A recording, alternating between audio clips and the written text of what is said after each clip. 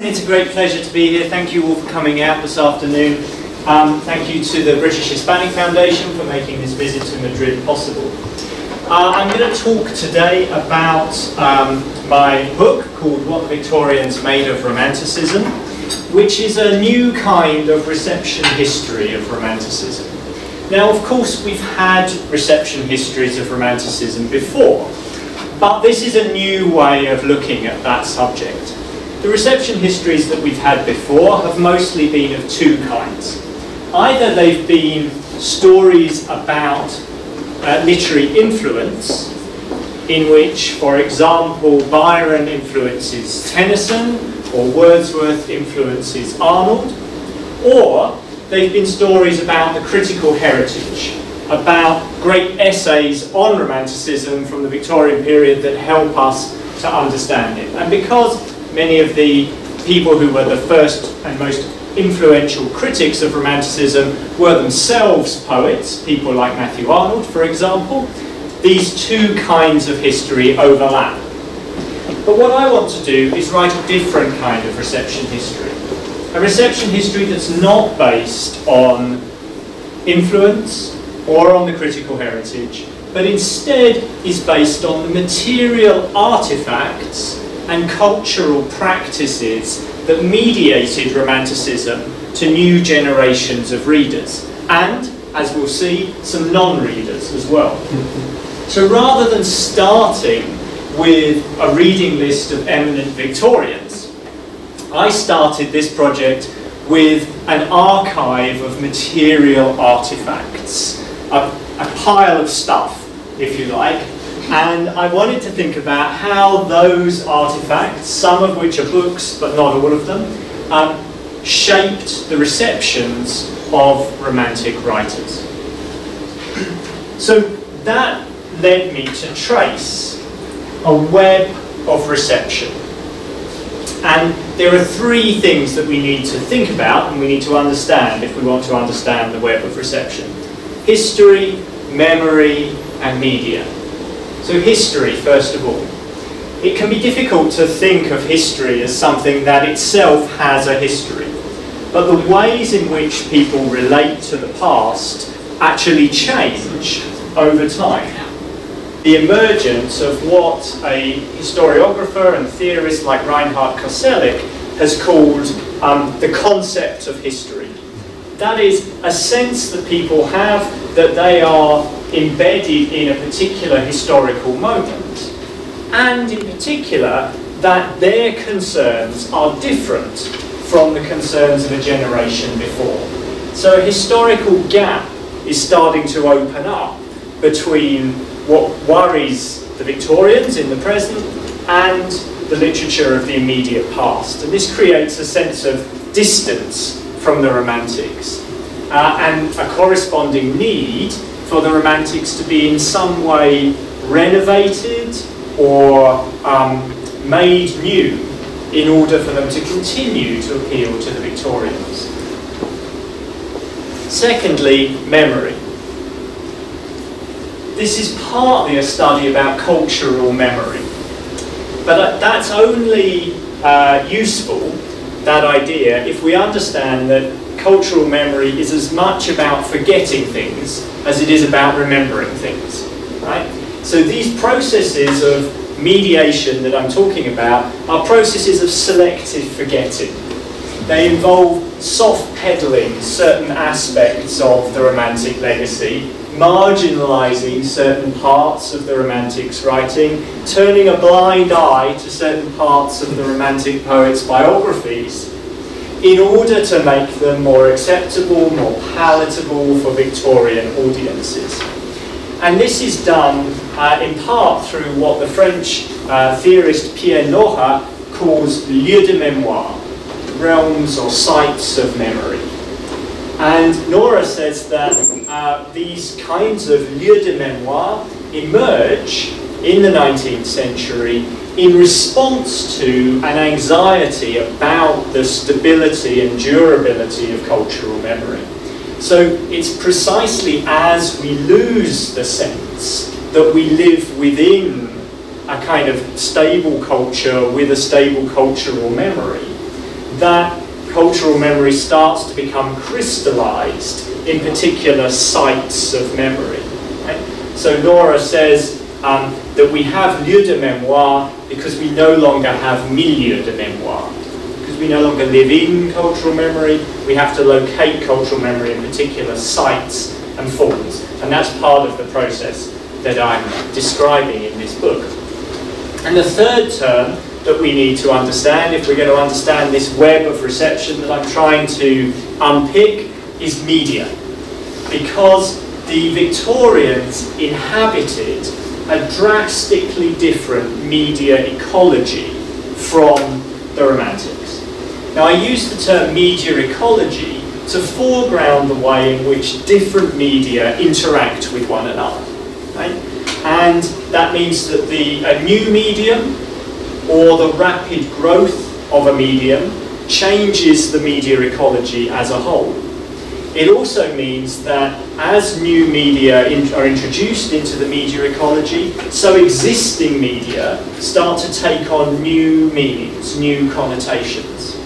And finally, shifts in the media ecology change or draw attention to our conception of a medium itself. They make mediality visible.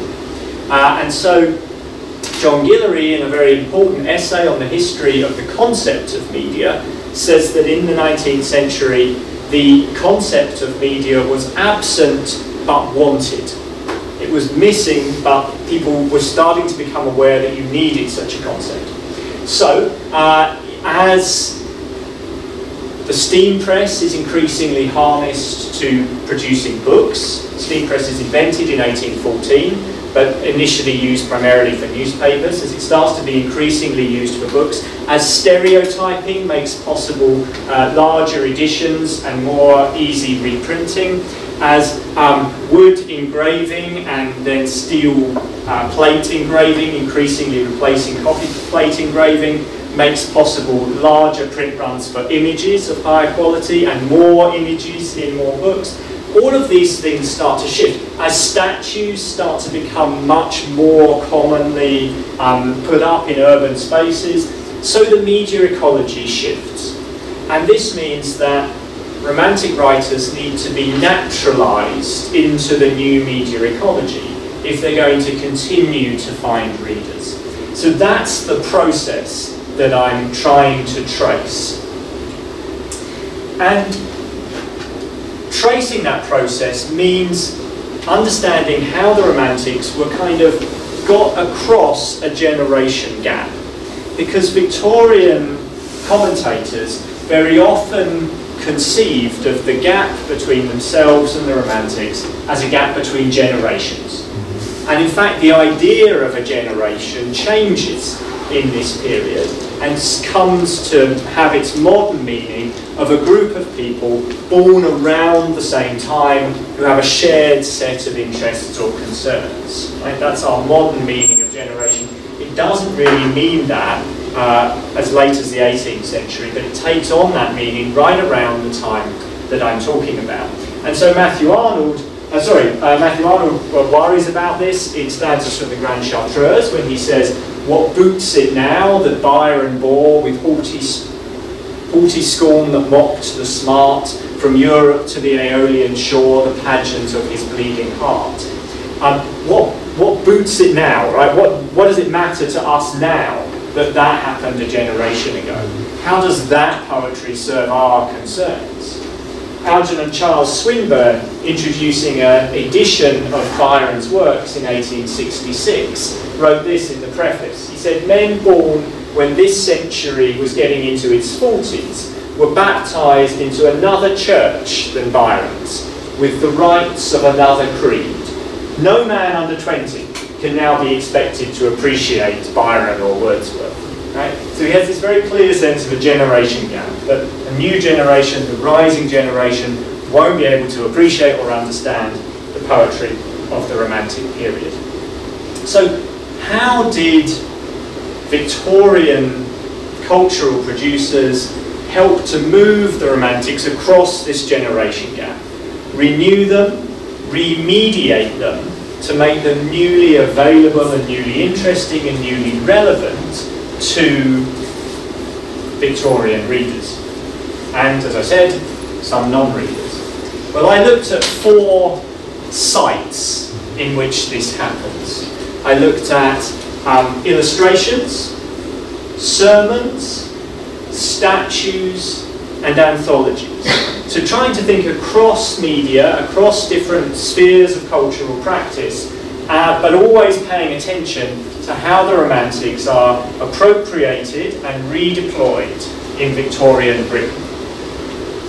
So I'm going to look at each of those 4 in turn. So let's start by thinking about illustrations. So illustrations become much more common in the Victorian period.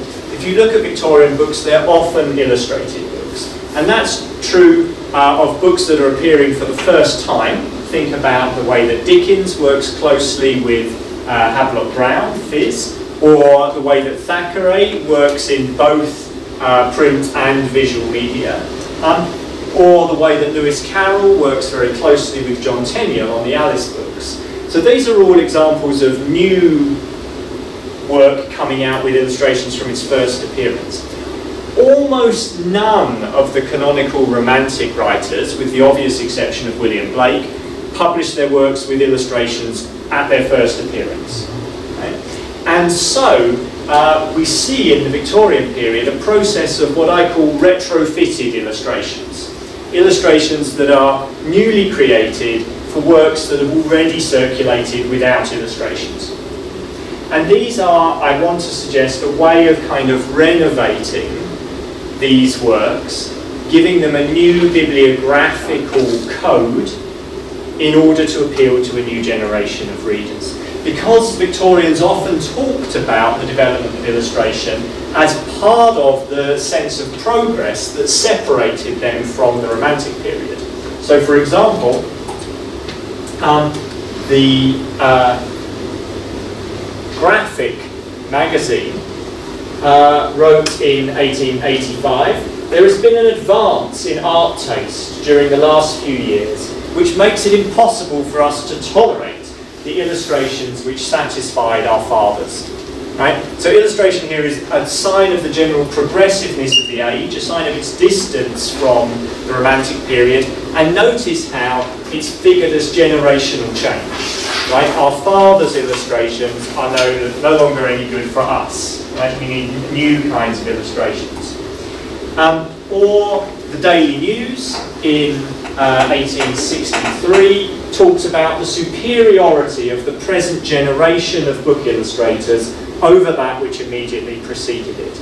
So illustration is being marked in the period as one of the indices of this generation gap, this generation shift between Romantics and Victorians. So how do you get the Romantics across this generation gap? How do you renovate their works for a new generation of readers? Retrofitted illustrations are one way in which that happens. And this was so common that the Pall Mall Gazette by 1866 could already complain about what it called the illustration nuisance. This is what it described as a sort of stupid rage of illustration, a passion for getting up woodcuts to everything readable, which in its results is a source of very imperfect pleasure to cultivated book buyers. So this was so common that people were actually starting to complain about it. And I've looked at a number of examples of this, and I want to suggest to you that there are some examples that seem to be self-conscious about this process of renovation. Now, it doesn't matter really, to my argument, whether they're self-conscious about it or not. So my argument has a specific form that I think some of these illustrations, I'm going to show you a couple of examples, are self-conscious, but it also has a general form that any kind of adding illustrations to a pre-existing work is a way of renewing that work for a new generation of readers. Okay? But here, have a look at how these particular examples do it. Here's an edition, or one illustration from an edition of Byron's Don Juan from 1852. And This edition is very interesting. It has, I think, 6 or 8 illustrations, and in the some of the illustrations we can see Juan wearing kind of a version of an 18th century dress. When he is presented to Catherine the Great, there's an illustration of that, and he's wearing knee breeches and a long coat in a version of kind of 18th century court dress, it seems. So that is one of the moments in Don Juan that can be dated historically. One of the few historical events in Don Juan that can be dated is the siege that Juan takes part in. And so that seems to be reasonably aiming for historical accuracy. But then Juan comes to London in the English cantos of the poem, and this is the illustration that we see. So here we see Juan being presented to an English lady, and both of them wear clothes that are Victorian. And you can see by the style of her dress, the style of her hair, the long tailcoat that he's wearing, the trousers that he's wearing, all mark this costume as Victorian. So here, Don Juan has drifted not just across continents, but also across time. He's come not just to London, but to Victorian London.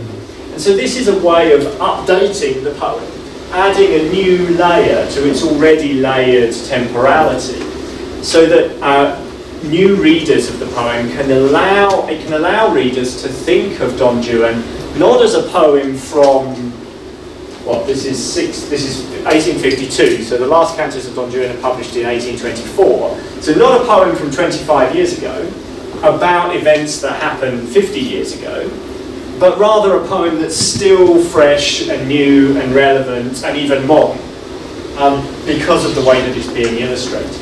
So that's one way in which illustrated editions, retrofitted illustrations, bring Romantic poetry across the generation gap and make it available to new generations of readers. Here's another example of how that happens. This is an edition of poems by Felicia Hemans, issued by William Blackwood and Sons, an Edinburgh publisher. And here you see a version, there are lots of versions of this, where you open the book and you see on the left-hand side, on the verso, an image of the poet, and on the right-hand side, on the recto, an illustrated title page. And between them, you can't see them in the image, but between the two you have a tissue paper guard, right, that stops them offsetting onto each other. So here we've got an image of Hemans that's classical, canonical, inert. This is a depiction of Hemans as a poet of high achievement, already justifying her place in the canon. Right? And in fact there are 4 possible images of Hemans that William Blackwood could have chosen, 4 images of her taken from the life, and one of them is a bust, and that's the one that he's picked, right? So it's the one that does most to represent her as kind of classical and accomplished. But then, so you imagine you're looking at this, you've got the tissue guard is covering over this side, and then you turn the tissue guard, you veil this image of Hemans, and you look at this image instead. And this is an image of the place in Wales where Hemans lived as a teenager. And in fact, it's based on a drawing that Hemans did herself. Right? And the drawing has been embellished, and this foreground stuff has been put in by someone else afterwards. But the original drawing is by Hemans. So, you veil behind tissue, you place under occlusion an image of Hemans, the established canonical poet, and that site was really difficult to get. It was difficult because there was an Act of Parliament that forbade the building of new structures in these gardens here. And so that had to be overturned by a new Act of Parliament to make it possible to build the Scott Monument. And then they had to massively raise up the site so that it could accommodate the monument on the same level as Princes Street. So it was really hard. So why was it worth doing if it was so hard?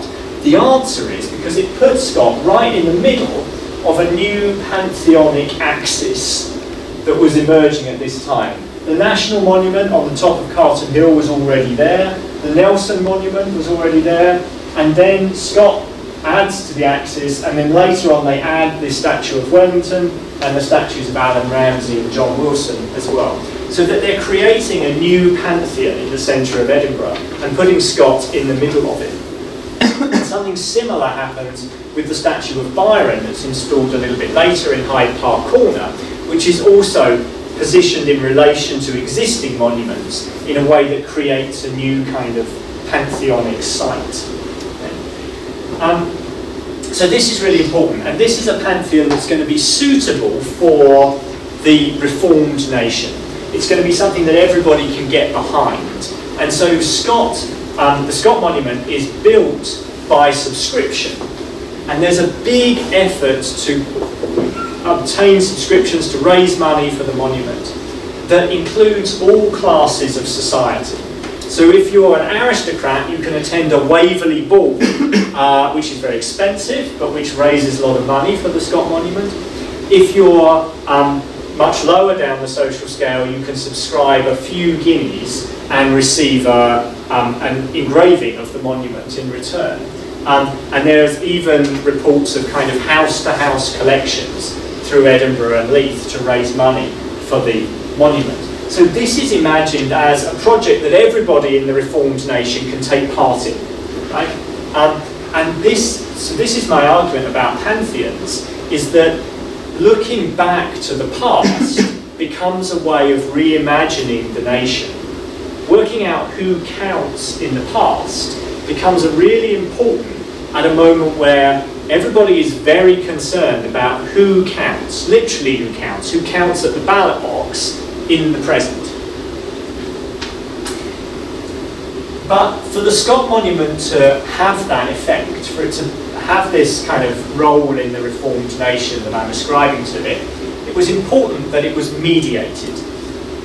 It wasn't just for people who could see the monument in Edinburgh, it also had to circulate through media in different ways. And it did this when it appeared in some of the first photographs ever taken.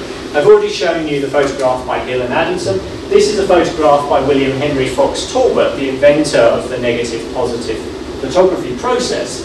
And he, in his book Some Pictures from Scotland, from 1845, also takes an image of the Scott Monument under construction. The thing that interests me about this is neither Fox Talbot nor Hill and Adamson showed any interest in waiting until the monument was finished to photograph it. What they wanted to do was to document the process of memorialisation that's creating this new kind of pantheon. Once it was finished though, it rapidly started to be remediated in postcards, which take off massively in the second half of the 19th century with the introduction of the penny post, and in things like cigarette cards like this one, so that you can have a version of the Scott Monument circulating very widely and very cheaply. One more site of reception to think about, and that is anthologies. And this is very interesting because anthologies are privileged sites of reading. For many people, they're the first place where they encounter a poet's work. For many people, they're the only place where they encounter a poet's work. And so they have a disproportionate effect on the reception of a poet. And so I wanted to look at these anthologies and think about how Romantic writing was remediated in the anthologies. But I didn't just want to look at a few. I wanted to look at as many as I could. So I created a database with the help of some very diligent and brilliant students of 210 anthologies published between Shelley's death in 1822 and the end of the century in 1900. And we went through the anthologies and we looked for poems or extracts from poems by Lord Byron, Percy Shelley and Felicia Hemans. And in each case we recorded what was there, any editorial headnotes or footnotes, what poems came before and after, whether the poem had been abridged, and some other data. And this gave us a really powerful research tool for thinking about how Romantics appeared in Victorian anthologies. This is what we found. Firstly, we found that the anthologies strongly preferred short poems. In a way that wasn't a surprise, they fitted the anthology format, but it told us something really interesting about how Romanticism got mediated. What about the Prelude? What about Childe Harold? What about Don Juan? What about Isabella? What about all of those famous long Romantic poems? The anthologies didn't really have room to reprint them in their entirety. So people approaching Romantic poetry through the anthologies mostly encountered short lyrics first.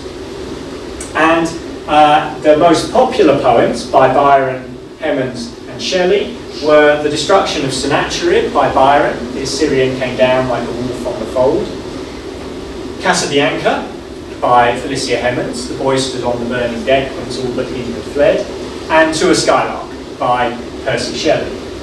And these three poems are, I think, certainly Casabianca and To a Skylark are fairly familiar to us now. The Destruction of Sennacherib less familiar in Byron's work. But what they all have in common was that before the anthologies started printing them, they were relatively marginal to their authors' works. They were, in the case of Casabianca and To a Skylark, they were published in sections of miscellaneous poems at the back of a volume of poetry. In the case of The Destruction of Sennacherib, that was published in Hebrew Melodies, Byron's collection of 1815.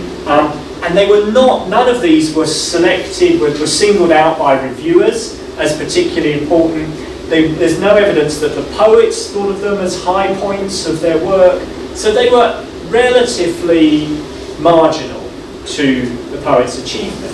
But once the anthologies start reprinting them, they become much more widely known and much more central to the poet's reception.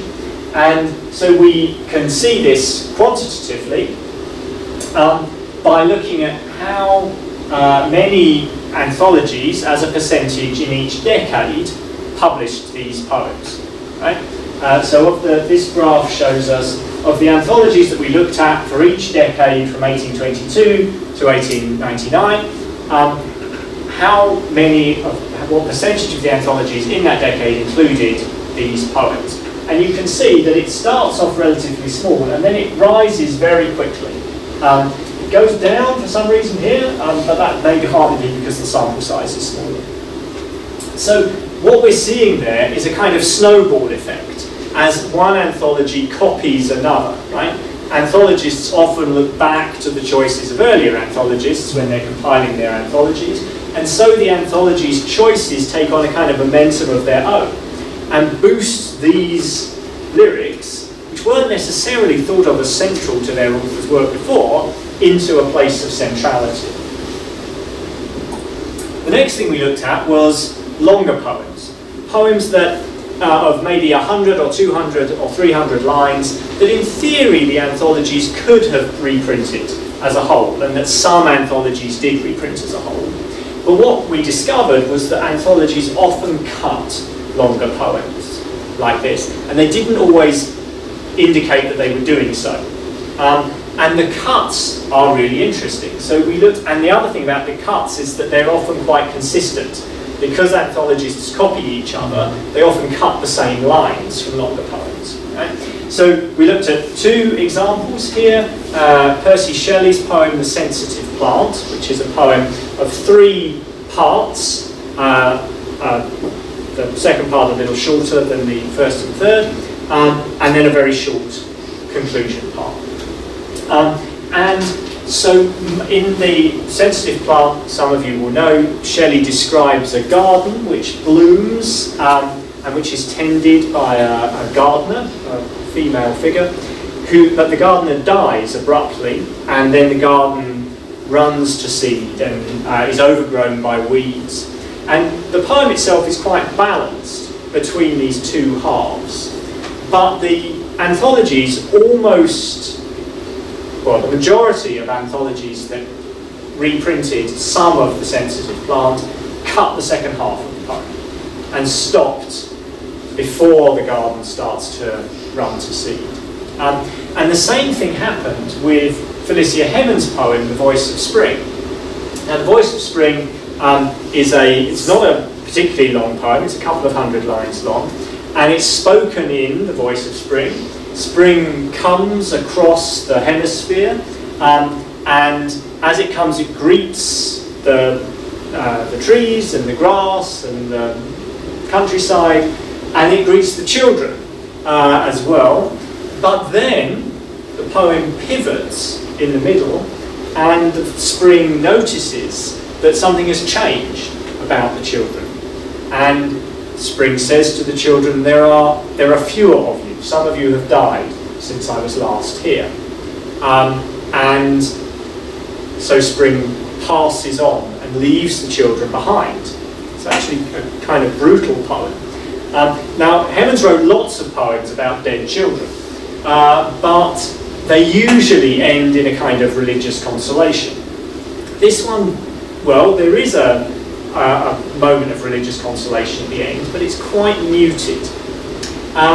The anthologies either didn't like this or had no space for it, because the anthologies that reprinted this poem almost all cut the second half completely, stopping before the arrival of death in the poem and focusing on the passages of natural description of the arrival of spring.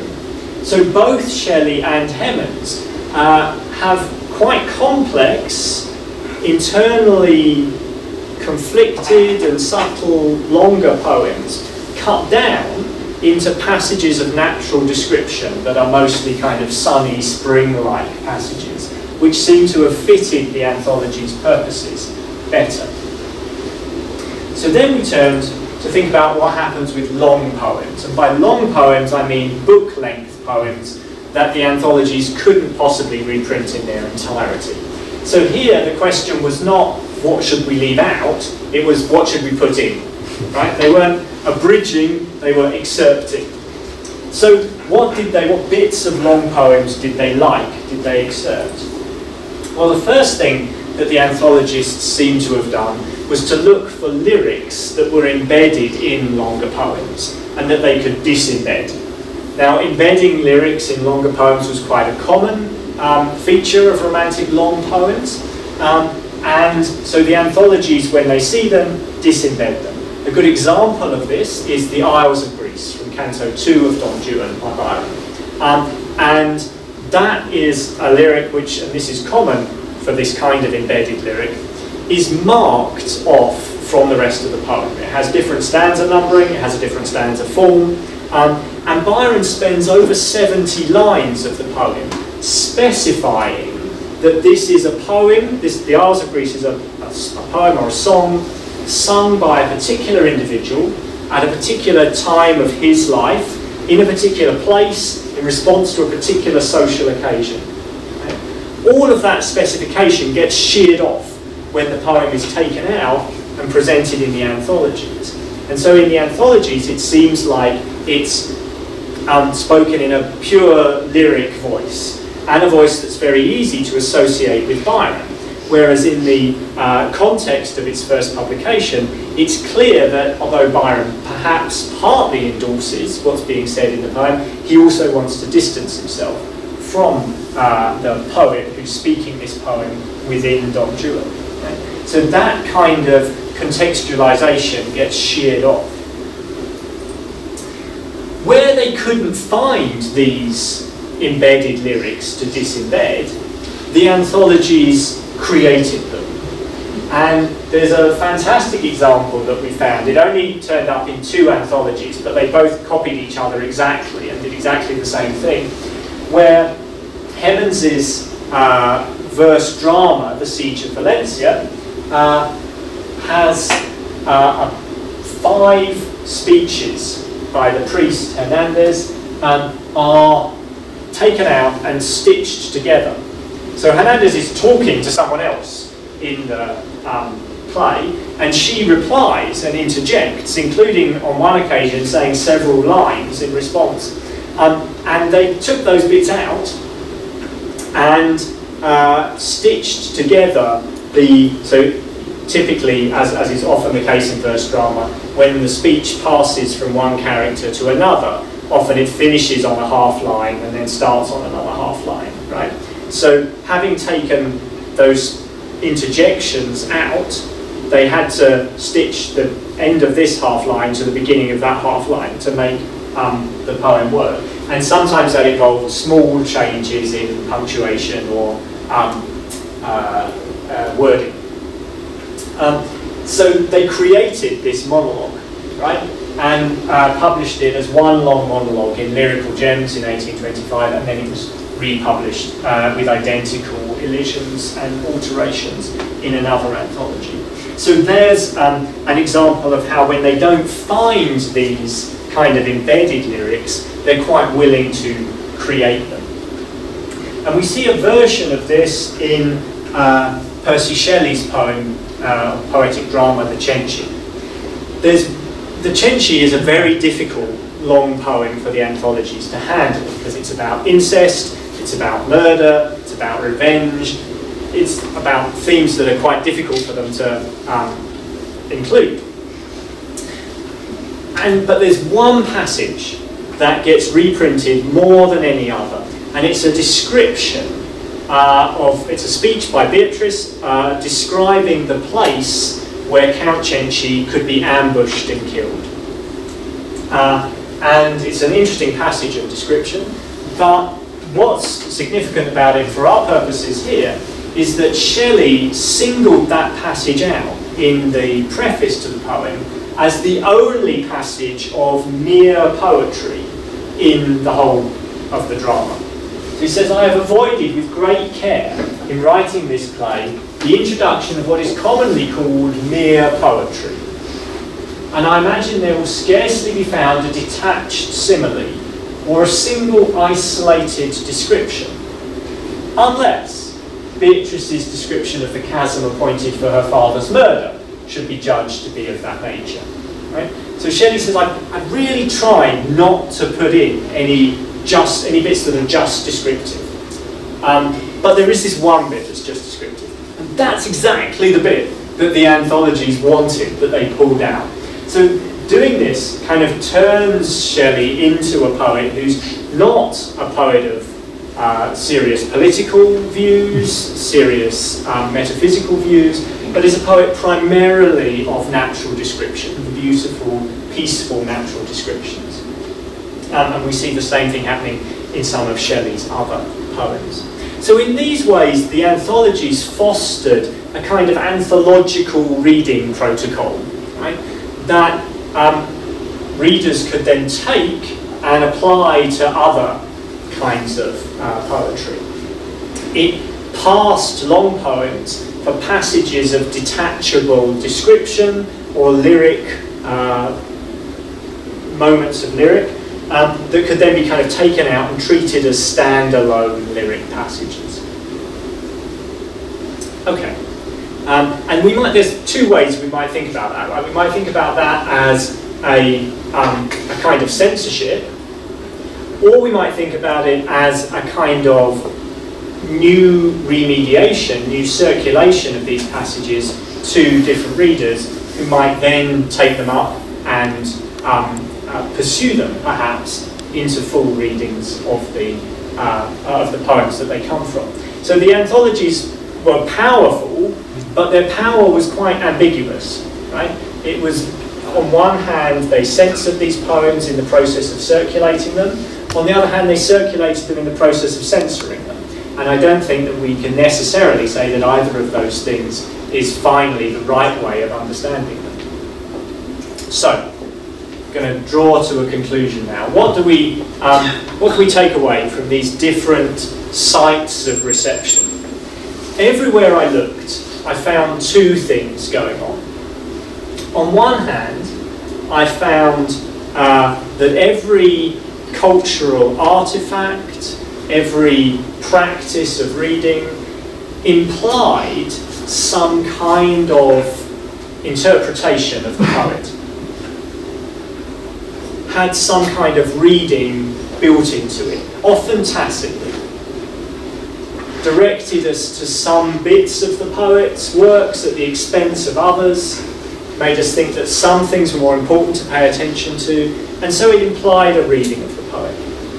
The other thing that I found, though, was that every thing that I looked at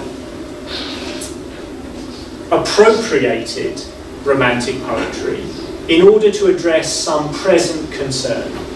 Whether that was a concern about how the literature of the recent past was slipping into irrelevance, whether it was a concern about how the reformed nation would reimagine itself in a way that was going to include everybody that wanted to be included, or something else. There was always a present concern that was causing Victorians to reach back to the Romantics in order to address this concern, and reimagining them and remediating them in the process.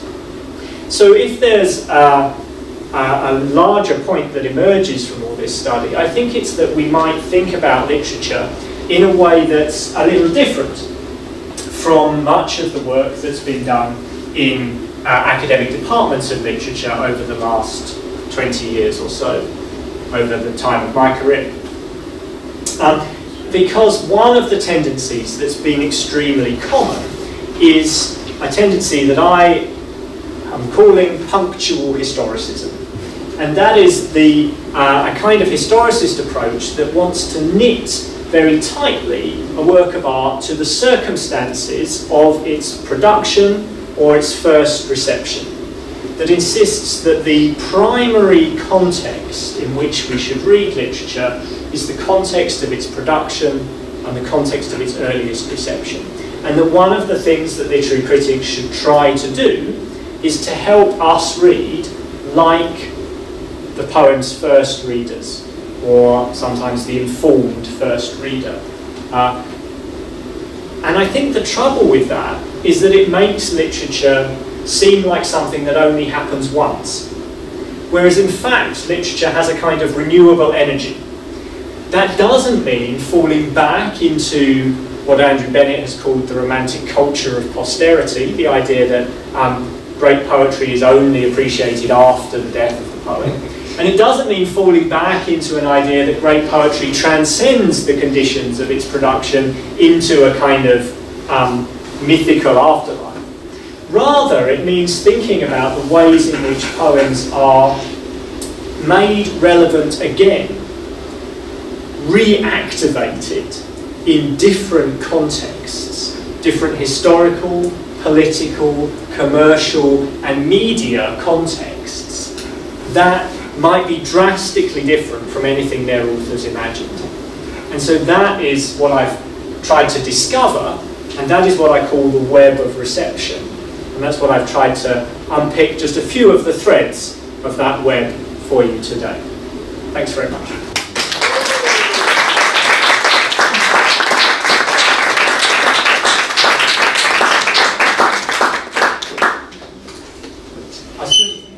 I'm happy to take some questions if you've got time, but if I talked for too long, then... No, okay. I don't know if someone might have to go to class, because I know some of my students had different classes, so maybe they have to go. But of course, those who stay, questions are welcome. Yes, please.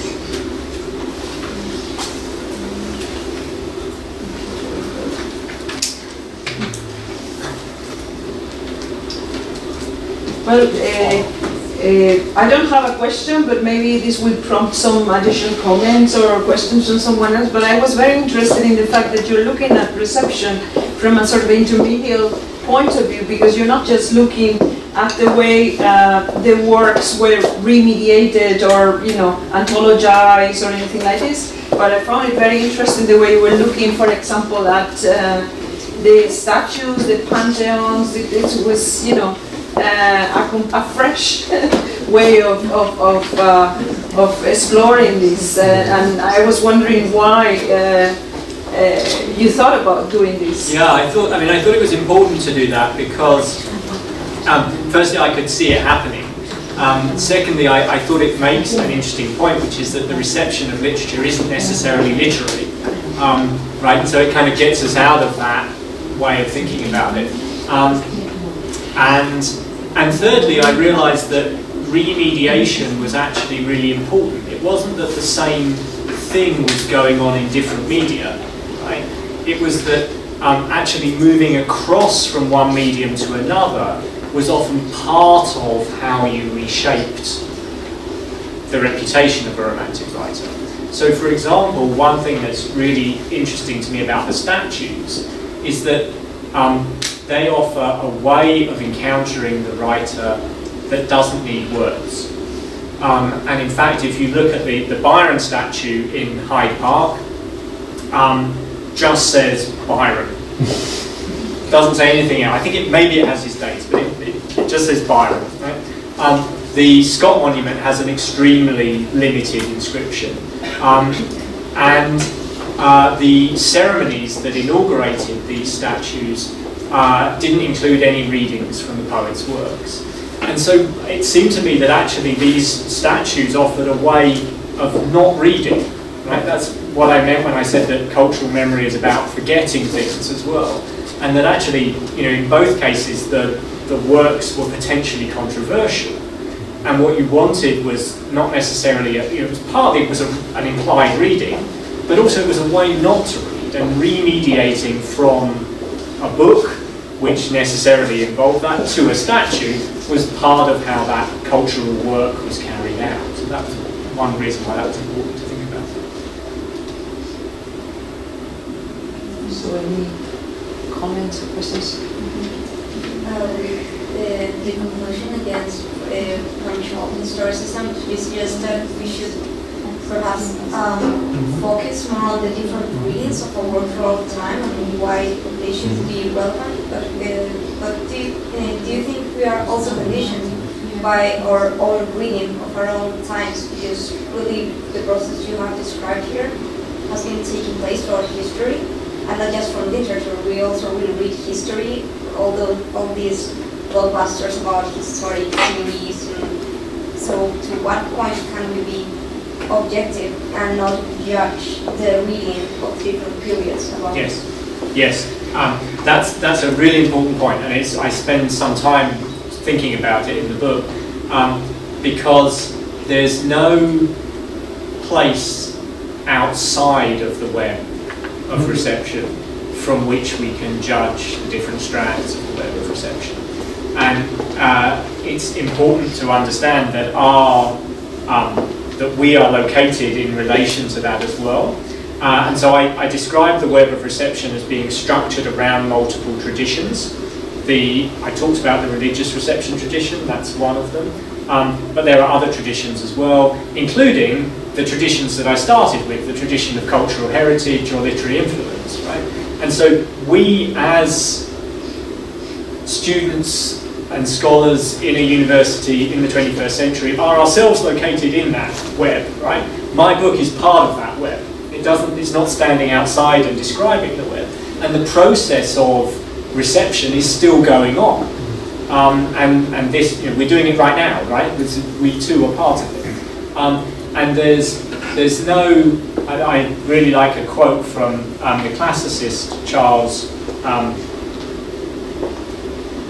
Martindale, who says there's no Archimedean point, right? Archimedes said that he could move the world if he could find somewhere to stand to put the apparatus, but there is nowhere outside the network to stand in order to get a view of it. So what we have to cultivate is an ability to, here I draw on some work by Alistair MacIntyre, the philosopher, and he talks about traditions as being like languages. Right? So you're all listening to me in your second language, or most of you I assume. So we can learn to speak another language. We can learn to pay attention to another tradition. we can become quite inward with that tradition, right? But we only have, well, most of us only have one mother tongue, right? So we have a tradition that we sort of come from that shapes us. In fact, it may be more complex than that. We may have several traditions, right, that shape us as individuals. But we can also learn to kind of relativize those traditions and think our way into other traditions. And so, for example, with the religious reception tradition, it was important for me to kind of, not to understand myself as sitting in a place from which I could judge this tradition, but rather to try and think my way into it. And in doing so, my own tradition that I had been kind of acculturated into through my academic training started to look strange, started to be, you know, to experience a kind of Verfremdungs effect.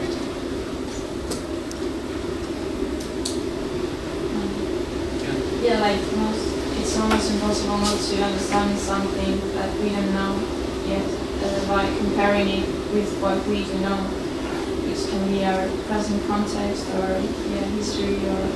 And this lecture reminded me to one class that we had about Shakespeare, and there was one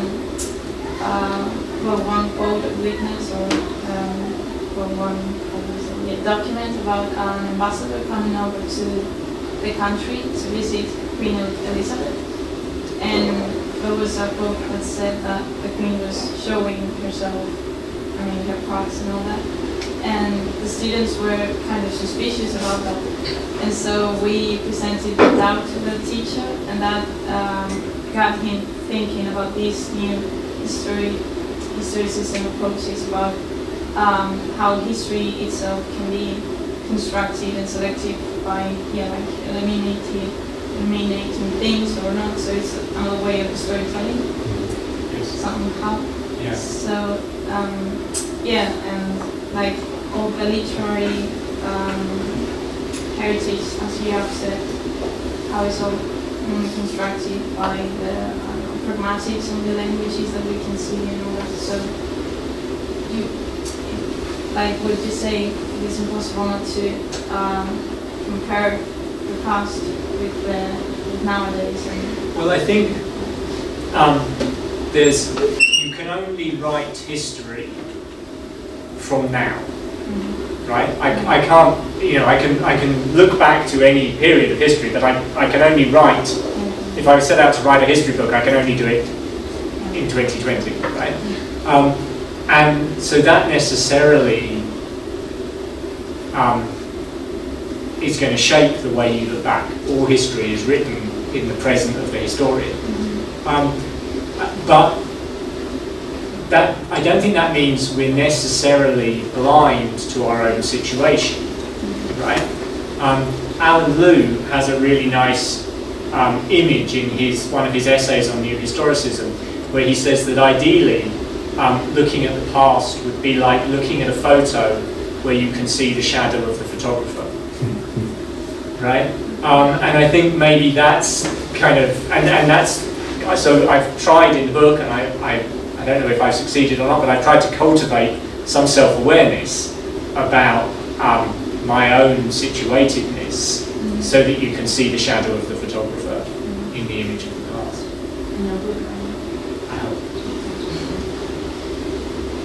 A question regarding the illustration of Don Juan, which you showed to us. Wasn't actually, I mean, I don't know, I may be mistaken, but wasn't actually very typical for the time to adapt illustrations to the manner and the fashion of the contemporary age? Because, like, if I think of the illustrations I know from 19th century literature, like Thackeray or Carroll, they actually all deal with contemporary stories. It's very different from late Victorian, like Audrey Birdsley's illustrations for Salome, for instance, depict a much more exotic, eclecticistic, fantastic combination. But how typical was it for stories, I mean, set or being located in a different age than the age printing, the media is displaying the illustrations, to set them in the contemporary fashion? Was that a normal thing? Or? Yeah, I don't. I don't really know is the answer, but I haven't seen lots of examples of this from earlier eras. I have seen it happen the other way. There's an example of an illustrated edition of Byron's poem The Dream, where the characters wear a kind of quasi-Renaissance dress, and so it's being projected backwards in time. So that's curious. It's doing kind of the opposite to what I'm suggesting. But actually, part of my point is that this is a special case of a general point, right? Which is that illustrations themselves connote modernity, even if the costume is not on. So that point holds whether it's updated or not. Right? And in a way, this is analogous to producing a play by Shakespeare in modern dress, right? That you've got a sense of kind of renewal. Whether this is being done, it's certainly being done with examples from the Romantic period. Whether it's also being done with examples from earlier periods, I would have to do more research to be sure about my answer to that. Of course, I haven't researched what this was like in Victorian period, but I don't know if it's very common today. I have a book called The Art of Alice in Wonderland, which studies all the illustrations of Alice since the Tenniels ones till today. And they all change. There's like some sort of Alice's who look like a 1960s dolls, or it really depends. And in the films we have today, or in the Shakespeare plays we love, I watched The Winter's Tale, and some of the characters were wearing sort of Renaissance style clothes, and others were wearing basketball clothes and very contemporary things, and I think that clash was intentional, so really depends. Yeah, so costume, whether we're talking about costume on the stage or costume in illustrations, is part of this way of sort of, I think of these as ways of negotiating the distance, the temporal distance between where we are now and when this work was published. And you can either kind of emphasize that distance, or you can try to minimize it, or you can do, what I suggest is happening here, which is sort of both of those things at once, right? And try and negotiate between those two senses. So thanks again for